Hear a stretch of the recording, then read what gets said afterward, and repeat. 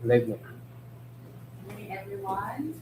Welcome to today's video conference, July 22, 2026, for three infrastructure projects: 25 FB 0130, 26 FB 0024, and 26 FB 0025.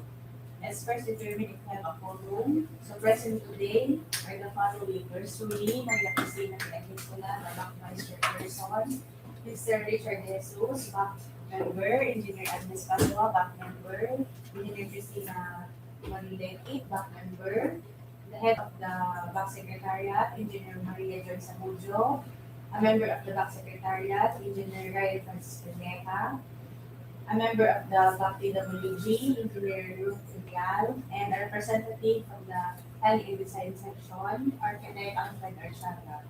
So since we have a quorum, let's start with the first infrastructure project. The first project is 25 FB 0180. The contract name, DOH Health Facilities Enhancement Program, HFEP, LGU Hospital, Manito Municipal Hospital, Albay. Contract location is at Manito, Albay, with an ABC of 65,664,928 pesos and 99 centavos, with a contract duration of 330 calendar days. So may I now turn over the table to the representative of the planning and design section to discuss the details of our first infrastructure project. Good morning, everyone. For this particular project, the scope of work, construction of multipurpose building with a dimension of 19 meters by 54.5 meters. It includes earthworks, reinforced concrete, finishing, and other civil works, electrical works, and mechanical works. The APC is 65,664,928.99, located in Manito, Albay, with a project duration of 330 calendar days. This is the site development plan showing the buildings. Yung scope lang ng project na ito is yung yung GI roofing, yung building 1, and yung building 2 for the building 2 and other buildings are for future expansion and construction. This is the floor plan of the building 1. The location of it shows the administrative service, ancillary services, emergency room. The front the elevations. Mostly, the scope of work of the project covers retrofitting of the existing building. And merong konting expansion ng administrative services. Here are the minimum equipment requirements. Truck-mounted crane, backhoe, dump truck, chainsaw, jackhammer, plate compactor, 1 bagger mixer, concrete vibrator, water truck, bar cutter, bar bender, welding machine, and cutting outfit.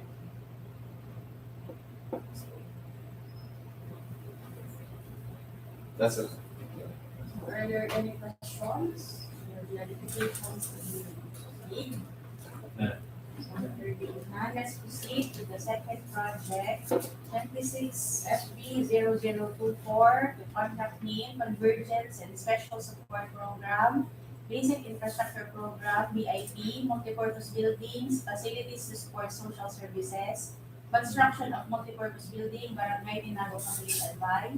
Contract location is at Camalig, Albay, with an ABC of 7,492,940 pesos and 45 centavos.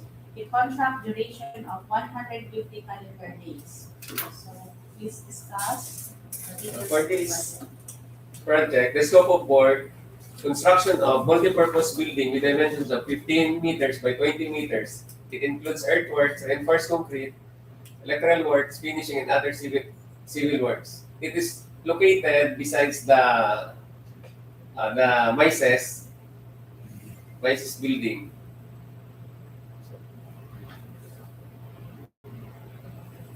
Site development plan, yan, that shaded portion, yung rectangular, yan yung location ng project. This is the floor plan and the elevation. The hatch portion of the floor plan for future construction. Kasi the total allocation ng building is 10 million.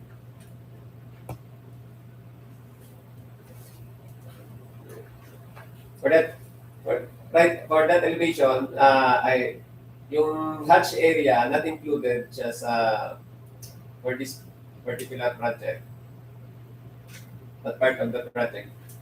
These are the minimum equipment requirement: 1 dump truck, 2 dump trucks, payloader, bulldozer, backhoe, plate compactor, 1 bagger mixer, concrete vibrator, water truck, bar cutter, bar bender, welding machine, cutting out teeth, rack mounted crane, and rack mounted crane.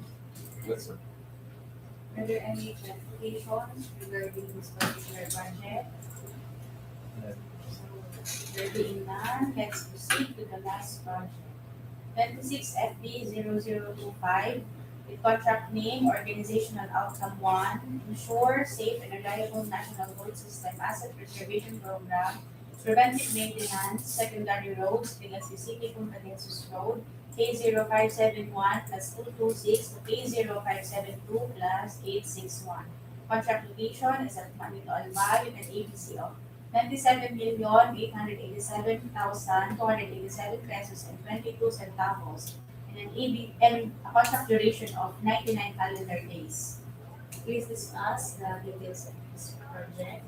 The scope of work for this project, and this is FB0025, is 3.382 lane kilometer application of 50 millimeter thick bituminous concrete surface wearing course, emulsified asphalt, intermittent concrete redlocking, installation of solar street lights, and application of yellow and white reflectorized thermoplastic pavement markings. Here are the minimum equipment requirement: the backhoe with pavement trailer, backhoe, payloader, dump truck, vibratory roller, water truck pump, transit mixer, concrete vibrator, concrete speeder, asphalt distributor, asphalt paver, pneumatic tire roller, and tandem steel roller. This shows the location map and the visibility map the project, showing the beginning and the end. Here are the geotag photos done during the validation. The straight line diagram showing the scope of work.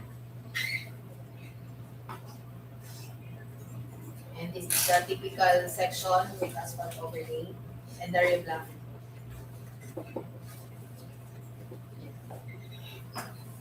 Are there any clarifications regarding this project? Before we conclude our daily conference for today, I would just like to remind the interested bidders to properly comply with the eligibility requirements and the checklist, our technical and financial bid requirements, especially the new requirement for all projects and straight line diagram. So there be no issues, concerns, and clarifications to be made. I hereby adjourn our TV conference for today. Thank you, everyone.